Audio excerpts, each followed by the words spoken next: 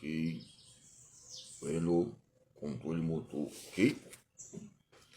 Então vamos lá hoje falar sobre divisão sexual do trabalho e desigualdade no espaço de trabalho. Onde tem um espaço, tem poder. Onde tem poder, tem um espaço. Por isso coloquei controle motor.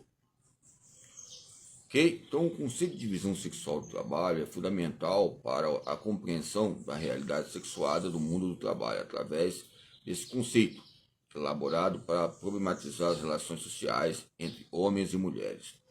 Emerge a noção do sujeito sexuado, né, segundo alguns autores, né, as questões sexistas e o questionamento da separação do trabalho produtivo e o trabalho reprodutivo, vírgula, trabalho. Não trabalho, trabalho assalariado, trabalho doméstico, ok?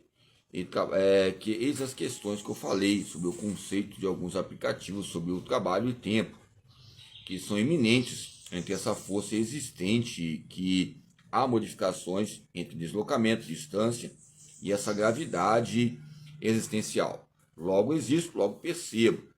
Isso coloca fatores importantes em vários filósofos, porque quando eles são existentes, eles vão logo perceber que existe essa autoavaliação, desde Sócrates a outros, tanto eles, filósofos relacionados a essa divisão. Quando eu falo divisão, eu falo sobre separação. Quando eu falo divisão, eu também falo sobre cálculo ligado ao tempo, ok? Isso coloca pontos importantes no trabalho, historicamente, superior ou inferior, ok?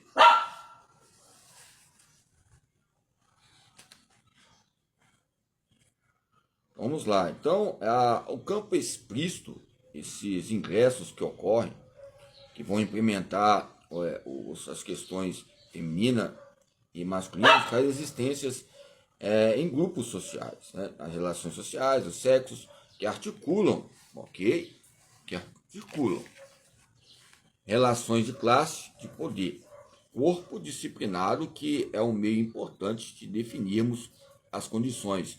Quando falamos de condições, falamos de espaço. Quando falamos de condições, falamos de tempo. Quando falamos de condições, falamos de autonomia. Quando falamos de condições, falamos de parâmetros importantes ligados também a leis, divórcios e outras maneiras institucionais, ou seja, que faz parte do nosso currículo entre essa autenticidade, entre o tempo, processo de defesa, ataque e outros patamares que vão ressignificar o nosso dia a dia de trabalho, o nosso ser entre o trabalho. O conceito de trabalho, já falei, pedagogia abraçal, entre a divisão sexual do trabalho, faz parte da estrutura da hierarquia do trabalho, e em toda a hierarquia social há diferenças sexuadas nas vivências. Trabalhos são explicadas em termos de dominação, lateralização, ligado também ao hemisfério direito, esquerdo, cérebro, mesencéfalo e outras questões que coloca uma incorporação da violência simbólica.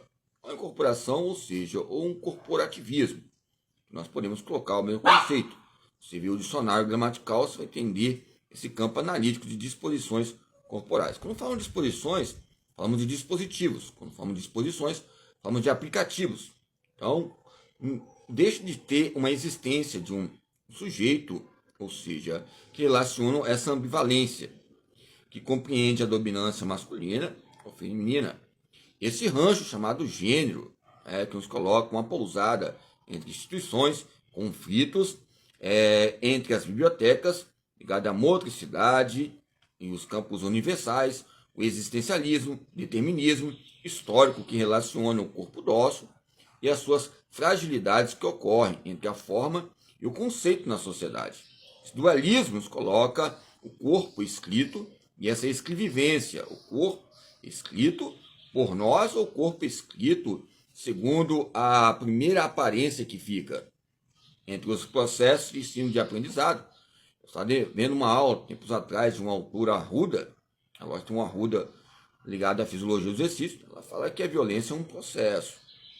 Você vai, diante dessas divisões que ocorrem entre brigas, tribos, aldeias, que é peculiar ao ser humano, nós temos que ter o controle motor. É necessário analisar as estruturas, as bases, as objetividades, que também vão passar pelos esses caminhos, pela subjetividade.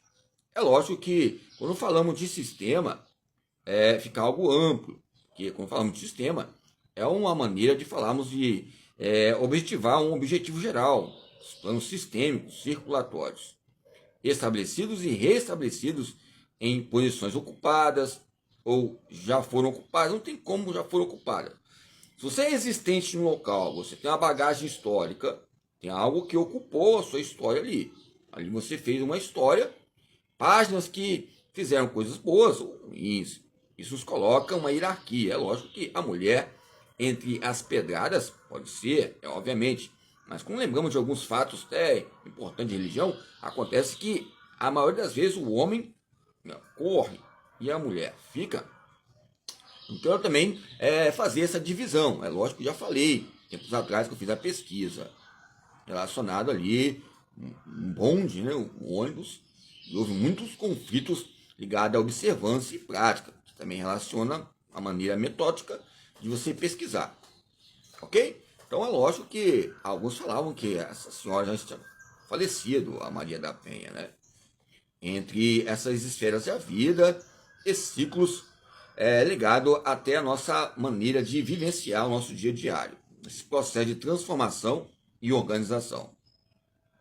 Então essa implicabilidade entre ingressos nos coloca uma perspectiva exploratória, que venha ser aproveitável para algumas mulheres para buscar esse rancho político.